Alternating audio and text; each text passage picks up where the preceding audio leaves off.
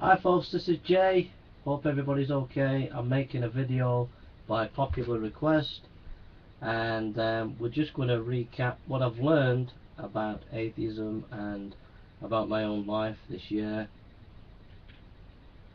And I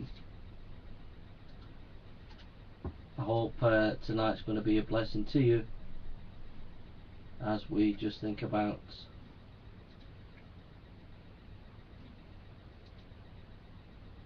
the U.S. population seems pretty evenly divided over whether the human species is biologically related to other animals or whether we were specially created as part of a flurry of miracles. Even our collective politicians, seemingly all of them, are wrapped up in this controversy, yet it's hard to find even one of them who knows what it's about. Why is it that there is such concern in so many grade schools, K through 12, about teaching evolution, yet there is still a complete consensus among scientists all over America and the rest of the world that evolution is the backbone of modern biology and a demonstrable reality historically as well? Most people don't understand science, what it is, how it works, what hypotheses and theories are, or even the purpose behind it. Sadly, even those on your school faculty or state board of education often need an education themselves before they can be trusted to govern how or what our kids will be taught. And that's why I thought I would speak up.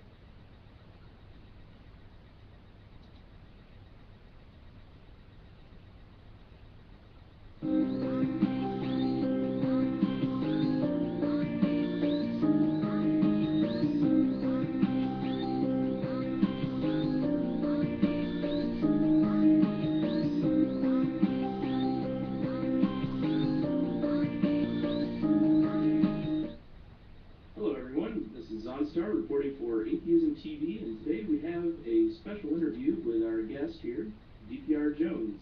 Came from all the way across the pond for the Reason Rally, and he agreed to sit with us and have a little chat. So, DPR, welcome to the United States.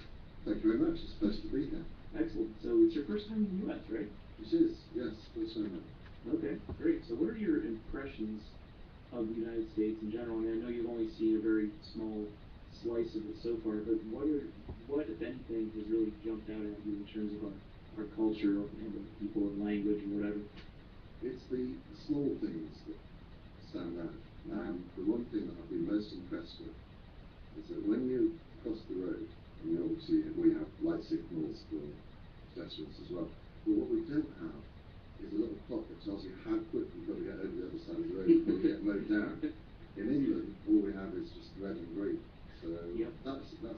And also coming into the hotel lobby, I noticed there were free bags to put your umbrellas in. We don't have that in England.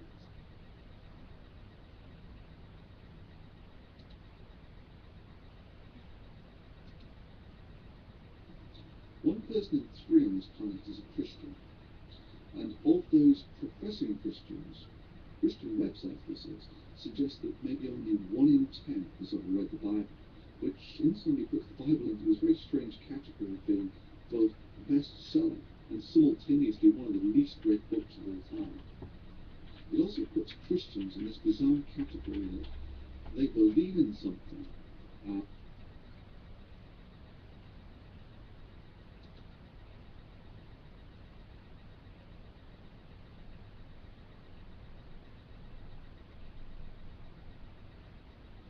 Okay everyone, I've looked at the state of my creation and there's still sin and disobedience everywhere. I've decided that something needs to be done.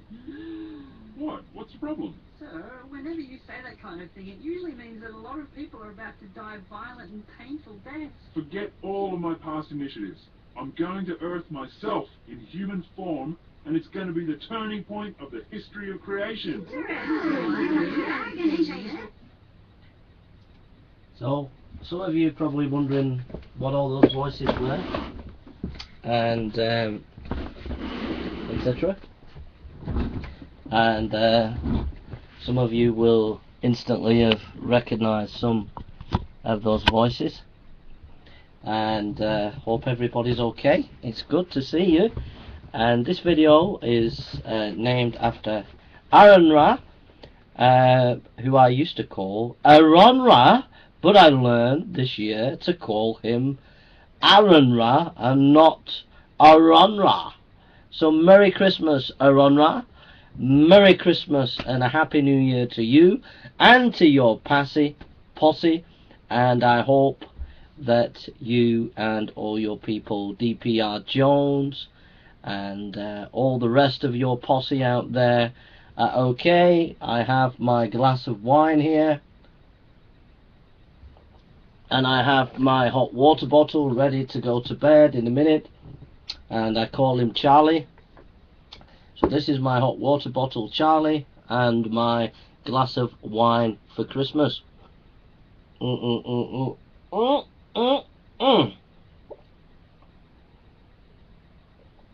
Yep. So, I've been asked to give a video for tonight. There are a few atheists around who keep following me, wondering what the heck I'm doing and where I'm going and what my plans are, etc. So for the benefit of those who are following me, this video is for you. And Merry Christmas to everybody and a Happy New Year when it comes.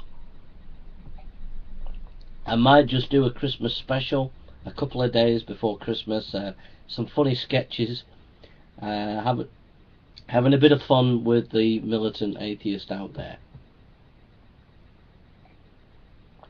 So I'm going to just talk about what I've learned this year from the atheist community and brushing with the atheist, and I'm going to talk about a number of things, and I'm just going to enjoy myself. I'm going to be raw and I'm going to be real, and I'm going to share with you where I am going, and I'm going to be completely honest and completely raw and completely down to the bone for my beloved followers out there, and I hope this is going to be a blessing to you tonight.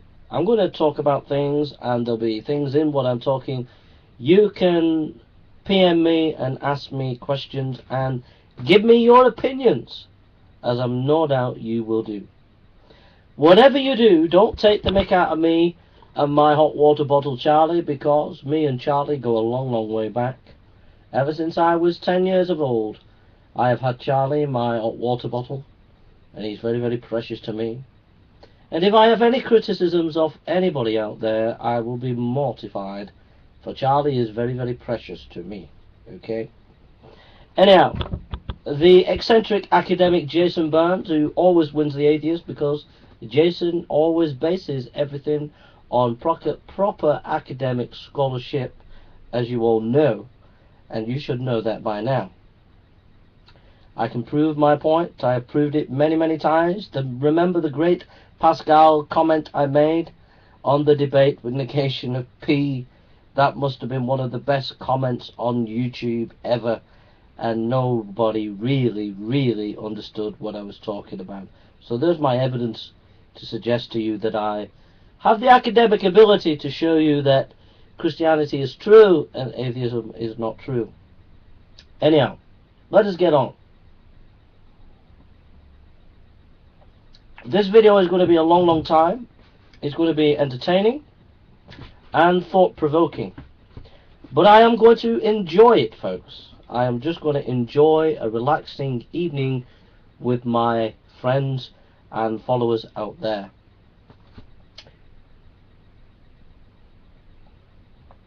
So what have I learnt? And I'm going to be totally honest. What have I learnt this year? Well, I've learnt how to pronounce AronRa. It's not AronRa, it is AronRa. So I learnt that. So things must be looking up, folks. Pretty good. Again, Merry Christmas to you, AronRa, out there. Second thing I've learned, well, I did a lot of reading, and I really did do a lot of reading. And I really, this year, enjoyed reading Socrates. I absolutely loved it. I absolutely loved reading Socrates. What a man. Walking around Athens, going there, asking questions and getting everybody upset. And what I particularly learned about that scenario is technology and morality was one of the great lessons that I learned from reading Socrates. It was a great lesson. Athens at the time of Socrates was increasing in technology and democratic prowess, and Socrates' basic problem was that Athens was forgetting the main thing. Yeah, okay, we might gain in democratic prowess, we might gain in technology, but what about the heart? What about if we don't know who we are individually? That was a major turning point for me in my understanding of how to do apologetics, because I felt that a lot of the atheist propaganda was about we need to increase in technology and reason and logic and all the rest of it, which is important. But if Socrates was here, he would say, yeah, but do you know who you are? And Christianity tells us who we are. You see, if you don't know who you are, you don't know where you're going, you don't know where you were from, you don't know who you are today. So it was significant, and it was really a valuable reading the life of Socrates. I thoroughly enjoyed it, and learnt things. You know, the technology was really fascinating. I mean, they had fountains in those days where it was kind of like steam powered. I mean, can you believe that? I mean, it was amazing what I learned. I read, I can't remember his name, perhaps one of the atheists out there can remind me, but I read a history of the Enlightenment. It's Lozatov or something like that. He was a European philosopher, but I can't remember his name.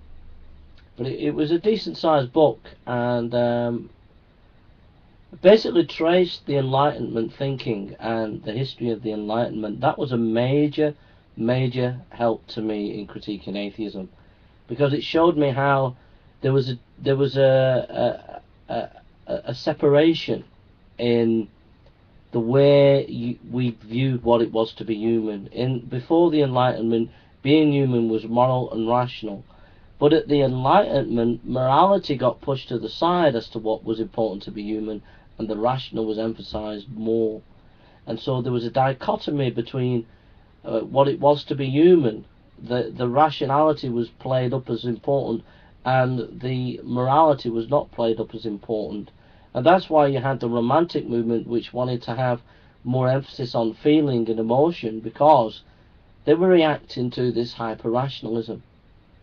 That helped me a lot in critiquing atheism in modern times, and really helped me to really see that the atheists, the way they're going about things, actually they haven't got a fuller understanding of what it is to be human. They're only looking at what it is to be human from a particular point of view, which they don't realise since the Enlightenment has split what it is to be human, epistemologically speaking. So that was an important read for me, it really was, and I'll never forget reading that, although I can't remember his name, but maybe someone can remember for me. I'm trying to think of, I read a history of Egypt, which I thoroughly enjoyed, and just the controlling nature of religion, and how religion was central to Egyptian thinking, but how the Egyptian leaders used religion to maintain control of the state was interesting and enlightening. And the technological ability of the Egyptians was interesting.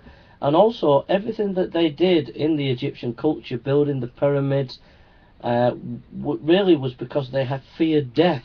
And I think of Jesus when he said, I am the resurrection and the life, that he conquered death, and that as a Christian we can have comfort